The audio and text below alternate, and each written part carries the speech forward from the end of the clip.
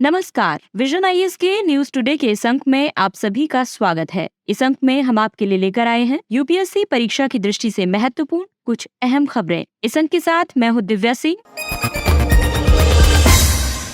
आइए सबसे पहले बात करते हैं इस अंक की हेडलाइंस के बारे में। संयुक्त राज्य अमेरिका की मेजबानी में Indo Pacific economic framework for prosperity की दूसरी मंत्री स्तरीय बैठक आयोजित हुई। विश्व मौसम विज्ञान संगठन के मुताबिक वैश्विक औसत तापमान में लक्षित 1.5 डिग्री सेल्सियस से अधिक की वृद्धि हो सकती है। संयुक्त राज्य अमेरिका की एक समिति ने भारत को नाटो प्लस का हिस्सा बनाने की सिफारिश की। दिल्ली उच्च न्यायालय ने राष्ट्रीय दुर्लभ रोग नीति 2021 को लागू करने के लिए एक राष्ट्रीय दुर्लभ रोग समिति गठित की। भारतीय आयुर्विज्ञान अनुसंधान परिषद ने पुष्टि की कि डेंगू संक्रमण का भौगोलिक प्रसार 2001 के 8 राज्यों से बढ़कर पूरे देश में हो गया है और इराक ने यूरोप तथा पश्चिम एशिया को जोड़ने वाली $17 बिलियन की विकास का मार्ग नामक परियोजना का अनावरण किया। और आइए अब खबरों पर विस्तार से चर्चा करते हैं।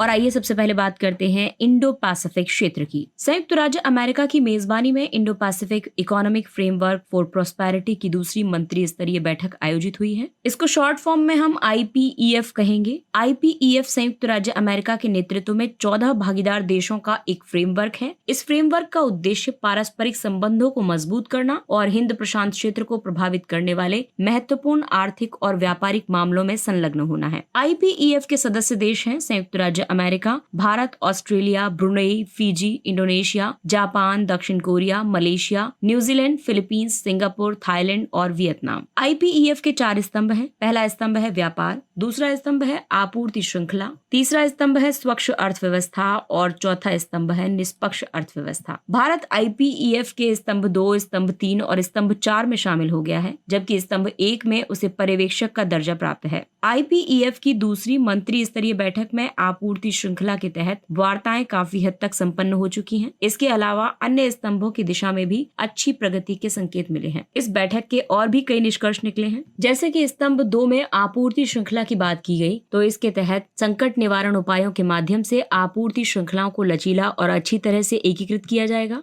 व्यापार की निरंतरता को बेहतर ढंग से जारी रखने और सुनिश्चित करने के लिए बाधाओं को कम करने के लिए सहयोग किया जाएगा। साथ ही लॉजिस्टिक्स और कनेक्टिविटी में भी सुधार किया जाएगा। विशेष रूप से अति महत्वपूर्ण क्षेत्रकों और प्रमुख वस्तुओं के उत्पादन में निवेश को बढ़ावा दिया जाएगा। कर्मियों के कौशल में सुधार और पुनः कौशल विकास किया जाएगा। इसके अलावा IPEF के सभी देशों में कौशल क्रेडेंशियल फ्रेमवर्क की तुलनात्मकता में वृद्धि की जाएगी। क्रेडेंशियल्स यानी कि व्यक्ति के गुण, अनुभव आदि जिनसे वो कार्य विशेष के लिए उपयुक्त माना जाता है। स्तंभ 3 में स्वच्छ अर्थव्यवस्था पर बल दिया गया है। इसके तहत स्वच्छ ऊर्जा और जलवायु अनुकूल प्रौद्योगिकियों के अनुसंधान, विकास, व्यवसायीकरण, उपलब्धता, पहुंच, उपयोग पर सहयोग को आगे बढ़ाने के लक्ष्य पर कार्य किया जा रहा है। इच्छुक IPEF भागीदार देश एक क्षेत्रीय हाइड्रोजन पहल की शुरुआत कर रहे हैं। स्तंभ 4 की अगर हम बात करें तो इसमें निष्पक्ष अर्थव्यवस्था की बात की जाएगी। एक ऐसे समझौते पर पहुंचने का प्रयास किया जा रहा है जो वाणिज्य और व्यापार को बढ़ावा देने के लिए प्रभावी भ्रष्टाचार रोधी और कर उपायों के कार्यान्वयन को मजबूत करेगा।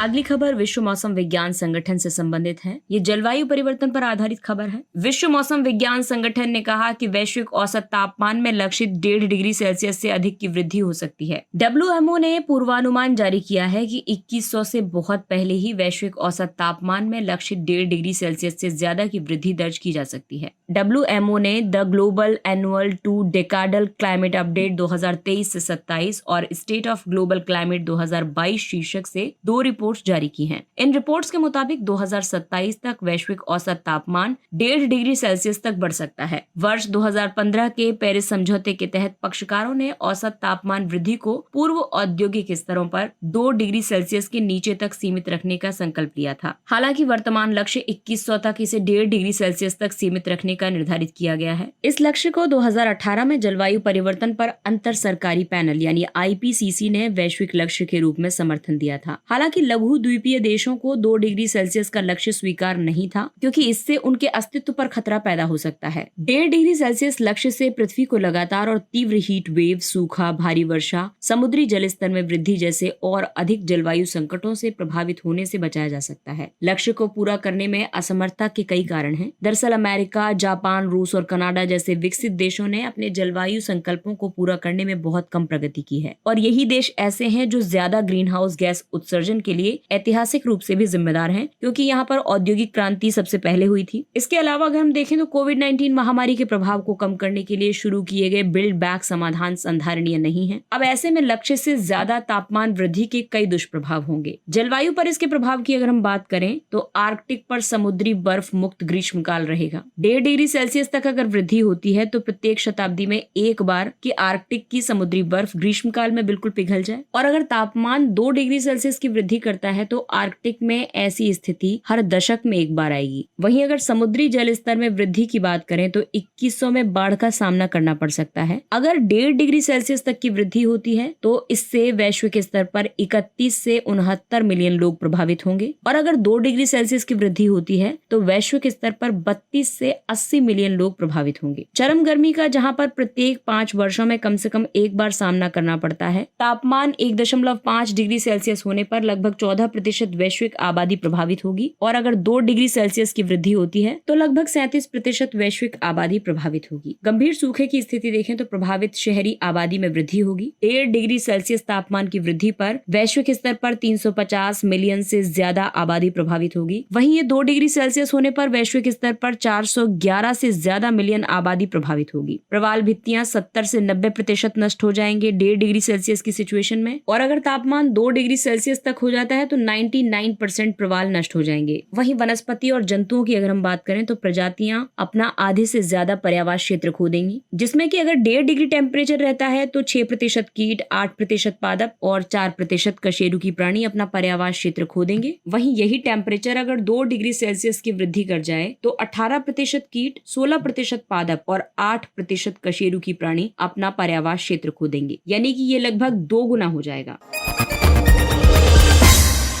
संयुक्त राज्य अमेरिका की एक समिति ने भारत की नाटो प्लस का हिस्सा बनने की सिफारिश की। ये सिफारिश चीनी साम्यवादी दल पर चयन समिति ने की है। ये संयुक्त राज्य अमेरिका के हाउस ऑफ रिप्रेजेंटेटिव की एक समिति है। उत्तरी अटलांटिक संधि संगठन नाटो प्लस 5 नाटो देशों और 5 साझेदार देशों को एक मंच पर लाने वाला एक सुरक्षा गठबंधन है। ये 5 साझेदार देश हैं ऑस्ट्रेलिया, न्यूजीलैंड, जापान, इजराइल और दक्षिण कोरिया। नाटो प्लस 5 का उद्देश्य वैश्विक रक्षा सहयोग को बढ़ावा देना है। नाटो 31 सदस्यीय सैन्य संगठन है। इसमें 29 यूरोपीय देश और उत्तर अमेरिका के 2 देश शामिल हैं। भारत को नाटो प्लस 5 में शामिल करने का अपना महत्व है। संयुक्त राज्य अमेरिका के लिए इस कदम का अर्थ हिंद प्रशांत क्षेत्र में चीन के साथ सामरिक प्रतिस्पर्धा को जीतना और ताइवान की सुरक्षा सुनिश्चित करना होगा। ये कदम क्वाड और G7 गठबंधन देशों के साथ साझेदारी में आर्थिक प्रतिबंधों को प्रभावी ढंग से लागू करने में भी सहायक होगा। भारत क्वाड समूह का एक प्रमुख सदस्य है। क्वाड में अमेरिका, ऑस्ट्रेलिया और जापान भी शामिल हैं। भारत के लिए नाटो प्लस 5 में शामिल होने का अर्थ होगा कि नाटो गठबंधन देशों और भारत के बीच निरंतर खुफिया जानकारी साझा हो सकेगी। भारत को बिना कोई समय गंवाए नवीन सैन्य प्रौद्योगिकी प्राप्त हो सकेगी। समिति के मुताबिक इस कदम से अमेरिका और भारत के बीच घनिष्ठ साझेदारी को और अधिक आगे बढ़ाने में मदद मिलेगी। हालांकि भारत और अमेरिका के बीच कोई रक्षा संधि नहीं है, लेकिन अमेरिका ने भारत को स्ट्रेटेजिक ट्रेड ऑथराइजेशन 1 यानी STA 1 श्रेणी के साथ प्रमुख रक्षा भागीदार का दर्जा दिया हुआ है। ये दर्जा संवेदनशील प्रौद्योगिकी के आयात के लिए लाइसेंस छूट की सुविधा प्रदान करता है। प्रमुख गैर नाटो सहयोगी यानी MNNA मेजर नॉन नाटो अलाय का दर्जा अमेरिकी कानून के तहत एक पदनाम है। ये दर्जा प्राप्त करने वाले विदेशी भागीदारों को रक्षा, व्यापार और सुरक्षा सहयोग के क्षेत्रों में कुछ लाभ प्रदान किए जाते हैं। हालांकि MNNA का दर्जा मिलने से एक देश को सैन्य और आर्थिक विशेषाधिकार जरूर प्राप्त होते हैं, लेकिन ऐसा दर्जा प्राप्त देश को किसी प्रकार की सुरक्षा प्रतिबद्धता नहीं मिलती। आपको बता दें कि नाटो गठबंधन के तहत जितने भी जुड़े हुए देश हैं, उनमें अगर एक सदस्य देश पर हमला होता है तो ये सभी सदस्य देशों पर हमला माना जाता है और इसलिए सभी सदस्य देशों को सुरक्षा प्रतिबद्धता प्राप्त होती है। अमेरिका ने 18 देशों को MNNA के रूप में नामित किया हुआ है। ये देश हैं Argentina, Australia, Bahrain, Brazil, Colombia, मिस्र, Israel, Japan, Jordan, Kuwait, Morocco, New Zealand, Pakistan, Philippines, Qatar, दक्षिण कोरिया, थाईलैंड और ट्यूनीशिया। लेकिन भारत को MNNA का दर्जा प्राप्त नहीं है। अगली खबर स्वास्थ्य से संबंधित है। दिल्ली उच्च न्यायालय ने राष्ट्रीय दुर्लभ रोग नीति 2021 को लागू करने के लिए एक राष्ट्रीय दुर्लभ रोग समिति गठित की। राष्ट्रीय दुर्लभ रोग समिति में 5 सदस्य शामिल होंगे। ये समिति दिल्ली स्थित अखिल भारतीय आयुर्विज्ञान संस्थान एम्स में नामांकित रोगियों के मामलों और उनके इलाज को शुरू करने के तरीकों पर नजर रखेगी। ये समिति एक कुशल तरीके से इस नीति के कार्यान्वयन को सुनिश्चित करेगी, साथ ही ये भी सुनिश्चित करेगी कि इसका लाभ सभी रोगियों तक पहुंचे। एनपीआरडी 2021 का उद्देश्य एक एकीकृत और व्यापक निवारक रणनीति के आधार पर दुर्लभ रोगों की घटनाओं एवं प्रसार को कम करना है। इसमें दुर्लभ रोगों से संक्रमित बच्चों के जन्म से जुड़े मामलों को कम करने के लिए विवाह पूर्व, विवाह पश्चात, गर्भधारण पूर्व और गर्भधारण पश्चात स्क्रीनिंग और काउंसलिंग कार्यक्रम भी शामिल हैं। एनपीआरडी यानी कि national policy for rare disease 2021 की मुख्य विशेषताओं की अगर हम बात करें तो इसमें कई दुर्लभ रोगों की पहचान की गई है और उन्हें 3 समूहों में बांटा गया है। समूह 1 के तहत ऐसे रोग आते हैं जो एक बार के रोग निवारक उपचार से समाप्त हो सकते हैं। समूह 2 में ऐसे रोग शामिल हैं जिनके लिए अपेक्षाकृत कम लागत वाले दीर्घकालिक या आजीवन चलने वाले उपचार की जरूरत होती है और समूह 3 में ऐसे रोग शामिल हैं जिनके लिए आजीवन चलने वाले और बहुत अधिक लागत वाले उपचार की जरूरत होती है। दुर्लभ रोगों की किसी भी श्रेणी से पीड़ित रोगी को 50 लाख रुपए तक की वित्तीय सहायता का प्रावधान किया गया है। दुर्लभ रोगों के उपचार की लागत को कम करने के लिए अनुसंधान और विकास तथा दवाओं के स्थानीय उत्पादन को बढ़ावा दिया जाएगा। तो आइए सबसे पहले जानते हैं कि दुर्लभ रोग है क्या। WHO दुर्लभ रोगों को प्रति 1000 जनसंख्या पर एक या फिर उससे कम व्यक्ति में प्रसारित दुर्बल करने वाले आजीवन रोग या फिर विकार के रूप में परिभाषित करता है। अब तक ज्ञात दुर्लभ रोगों की संख्या लगभग 7000 है। दुर्लभ रोगों में से 80% आनुवंशिक हैं और इसलिए दीर्घकालिक हैं। 29 फरवरी को दुर्लभ रोग दिवस मनाया जाता है। आपको बता दें कि लगभग 1.4% नवजात शिशु इन रोगों में से एक से प्रभावित होते हैं। कई दुर्लभ रोगों के कारण शिशुओं और छोटे बच्चों की समय से पहले मृत्यु हो जाती है। 90% से ज्यादा दुर्लभ रोगों के लिए FDA अनुमोदित उपचार उपलब्ध नहीं है। वर्तमान में विश्व की लगभग 5% आबादी दुर्लभ रोगों से पीड़ित है। अधिकतर दुर्लभ रोग स्थायी अक्षमता का कारण बनते हैं। आपको बता दें कि बच्चों में होने वाले कैंसर दुर्लभ रोग हैं। भारतीय आयुर्विज्ञान अनुसंधान परिषद ICMR ने पुष्टि की है कि डेंगू संक्रमण का भौगोलिक प्रसार 2001 के 8 राज्यों से बढ़कर पूरे देश में हो गया है। ICMR ने पुष्टि की है कि पिछले 2 दशकों में डेंगू के मामलों में 11 गुना वृद्धि और इसके बारंबार प्रकोप से इस रोग के भौगोलिक प्रसार का विस्तार हुआ है। ये रोग अब 100 से ज्यादा देशों में स्थानिक है। विश्व स्वास्थ्य संगठन के मुताबिक दुनिया की आधी आबादी अब इसके संक्रमण के खतरे में है। जलवायु परिवर्तन, ताप नियंत्रित शहरीकृत वातावरण, कीट विज्ञान विशेषज्ञों की कमी आदि ने डेंगू के जोखिम को बढ़ा दिया है। डेंगू वायरस मुख्य रूप से एडीज इजिप्टी प्रजाति और कुछ हद तक एडीज एल्बोपिक्टस प्रजाति के मादा मच्छरों से फैलता है। ये मच्छर चिकनगुनिया, पीत ज्वर और जीका वायरस के वाहक भी हैं। एडीज जनित रोग के नियंत्रण में समस्याएं ये हैं कि ये मच्छर दिन के समय और कई बार काटते हैं। इनकी इंक्यूबेशन अवधि लंबी होती है और अंडे 1 वर्ष तक संरक्षित रहते हैं। ये मच्छर तेजी से दूरी तय करते हैं और इनमें कंटेनर ब्रीडिंग यानी कि कूलर, गमले आदि में मौजूद जल में प्रजनन की प्रवृत्ति होती है। मानव परिवेश और रुक कर जलापूर्ति वाले परिवेश में ये पैदा होते हैं। इसके अलावा निर्माण स्थलों पर खराब अपशिष्ट प्रबंधन की वजह से भी इस रोग के नियंत्रण में समस्याएं आती हैं। इसके लिए टीके विकसित करना चाहिए। डेंगू के प्रसार को रोकने के लिए जागरूकता और रोकथाम को बढ़ावा देना बहुत जरूरी है। साथ ही लोगों की भागीदारी सुनिश्चित करना और रोग के प्रति सुभेद्य क्षेत्रों का मानचित्रण करने के लिए प्रौद्योगिकी का उपयोग करना लाभकारी होगा।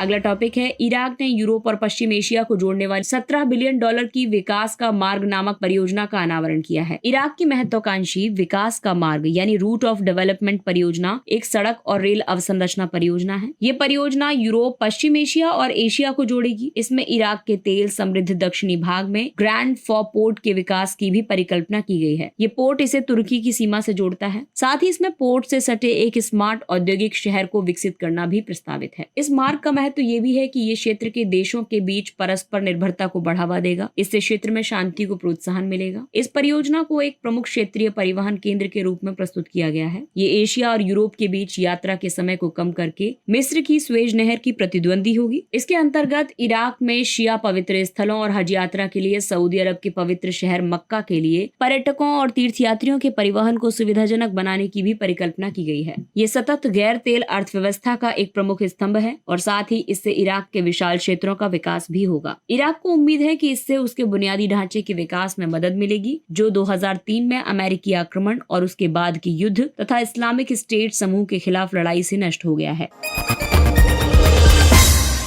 और आइए अब बात करते हैं कुछ अन्य महत्वपूर्ण सुर्खियों के बारे में। अंतर्राष्ट्रीय मानकीकरण संगठन ISO, हाल ही में ISO कोपोल्को 44वीं पूर्ण बैठक आयोजित हुई। ये बैठक विशेष अभिरुचि और सफल बहुपक्षीय भागीदारी की साक्षी बनी है। ISO कोपोल्को उपभोक्ता नीति पर गठित ISO की एक समिति है। ISO एक अंतर्राष्ट्रीय संगठन है। इस संगठन के 168 देश सदस्य हैं। ये व्यवसाय और सामाजिक क्षेत्रकों की विविध श्रेणियों को प्रभावित करने वाले वैश्विक मानकों को विकसित करता है। कोपोल्को के माध्यम से ISO मानकीकरण की प्रक्रिया में वृहद स्तर पर लोगों को शामिल करता है। भारत ISO के संस्थापक सदस्यों में से एक है। भारतीय मानक ब्यूरो ISO का एक सदस्य है।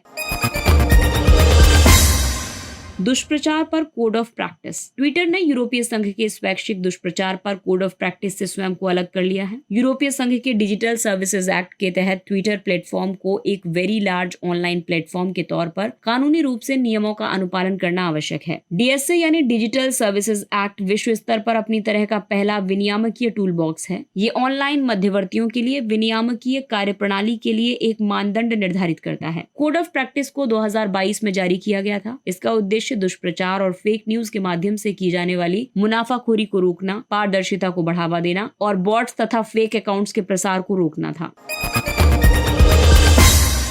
रिवॉर्ड कार्यक्रम। हाल ही में केंद्रीय ग्रामीण विकास मंत्रालय के भूमि संसाधन विभाग के सचिव ने नवोन्मेषी विकास के माध्यम से कृषि के लचीलेपन के लिए विभाजक क्षेत्र का कायाकल्प यानी रिवॉर्ड की समीक्षा की है। रिवॉर्ड कार्यक्रम केंद्रीय ग्रामीण विकास मंत्रालय के तहत है। रिवॉर्ड परियोजना का उद्देश्य जल संभर या जल विभाजक क्षेत्र यानी वाटरशेड प्रबंधन के बेहतर तौर तरीकों को अपनाने में मदद करना है। साथ ही इससे जलवायु परिवर्तन के प्रति किसानों की सहनीयता को बढ़ाने में मदद मिलेगी और मूल्य श्रृंखलाओं के समर्थन में भी सहायता मिलेगी। वहीं बाह्य सहायता के तौर पर इस कार्यक्रम को विश्व बैंक वित्तीय सहायता प्रदान करता है। इसके संबद्ध राज्य हैं कर्नाटक और ओडिशा। इसकी अवधि है 2021 से 2026 तक। इसके अलावा रिवॉर्ड कार्यक्रम प्रधानमंत्री कृषि सिंचाई योजना 2.0 के जल विभाजक क्षेत्र विकास घटक के दायरे में है।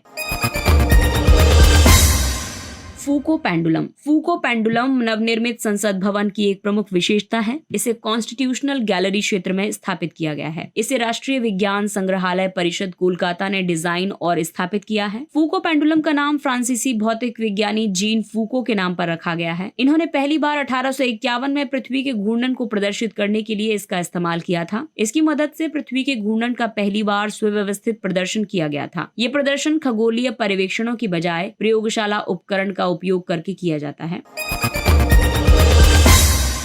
मौसमी हिमावरण के स्थानिक वितरण का अध्ययन हिमाचल प्रदेश में किया गया। यह अध्ययन हिमाचल प्रदेश विज्ञान प्रौद्योगिकी और पर्यावरण परिषद के जलवायु परिवर्तन केंद्र और अहमदाबाद स्थित अंतरिक्ष उपयोग केंद्र ने आयोजित किया था। इस अध्ययन के मुताबिक हिमावरण क्षेत्र 2019-20 के 23,542 वर्ग किलोमीटर से घटकर 2020-21 में 19,183 वर्ग किलोमीटर रह गया है। ये 18.52% की गिरावट को दर्शाता है। वर्ष 2020-21 में कुल मासिक औसत क्षेत्र के संदर्भ में रावी, सतलज, चिनाब और ब्यास के बेसिन क्षेत्र में कमी दर्ज की गई है। देर से होने वाली बर्फबारी और फिर गर्मियों के मौसम तक इसके विस्तार के पैटर्न देखे गए। ये मौसम चक्र को प्रभावित करते हैं, जिसकी वजह से वर्षा, बर्फबारी और गर्मी के मौसम अनियमित हो जाते हैं। इससे अंततः जल उपलब्धता प्रभावित होती है।